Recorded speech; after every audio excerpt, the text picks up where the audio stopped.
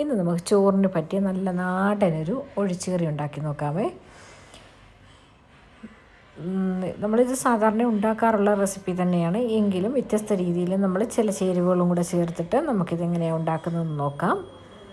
ഒരു വെറൈറ്റി ടേസ്റ്റാണ്, അടിപൊളി ടേസ്റ്റാണ്, എല്ലാവരും ഉണ്ടാക്കി നോക്കണേ. നമുക്കിതിന് ആദ്യം തന്നെ ചക്കയുടെ കുരു എടുത്ത് അതിൻ്റെ തോലെല്ലാം കളഞ്ഞ് നന്നായിട്ട് കഴുകിയെടുക്കണം.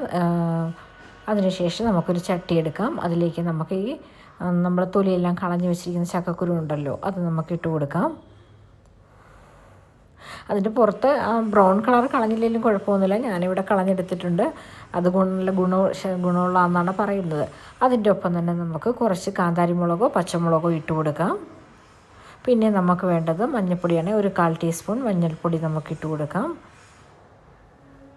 പിന്നെ ഇത് നമുക്ക് കുക്ക് ചെയ്യാൻ ആവശ്യത്തിന് വെള്ളം ഒഴിച്ച് കൊടുക്കാം. ഞാനിവിടെ ഒരു 3/4 ഗ്ലാസ്സോളം, അല്ലെങ്കിൽ 3/4 ഗ്ലാസ് തൊട്ട് 1 ഗ്ലാസ്സോളം വെള്ളം നമുക്ക് ഒഴിച്ച് കൊടുക്കാം.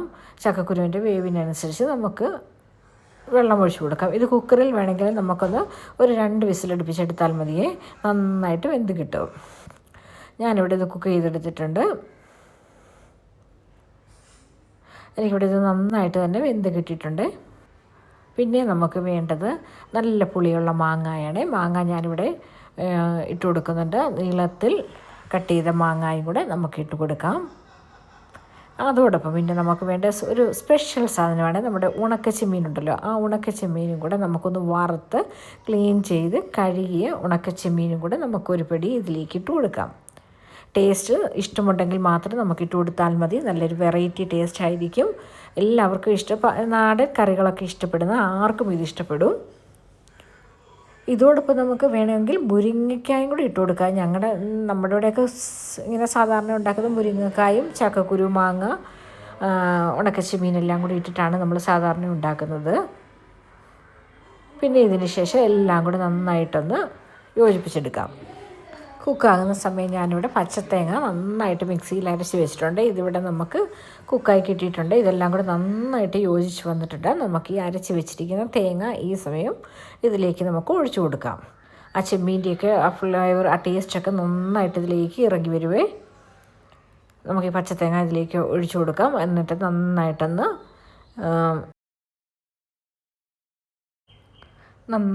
ഇളക്കി കൊടുക്കാവേ. ഇളക്കി കൊടുത്തതിന് ശേഷം ഒരു ചെറിയ തിള വരാൻ വേണ്ടി നമുക്കൊന്ന് വെയിറ്റ് ചെയ്യാം. നന്നായിട്ട് കുറുകിയ രീതിയിൽ നമുക്കിതാക്കിയെടുക്കാമേ.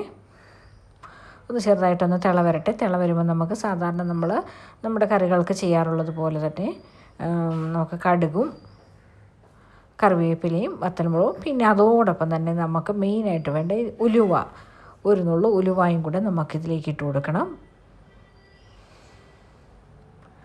ഉലുവായും കൂടെ ഇട്ട് നമുക്കത് താളിച്ചെടുക്കാം.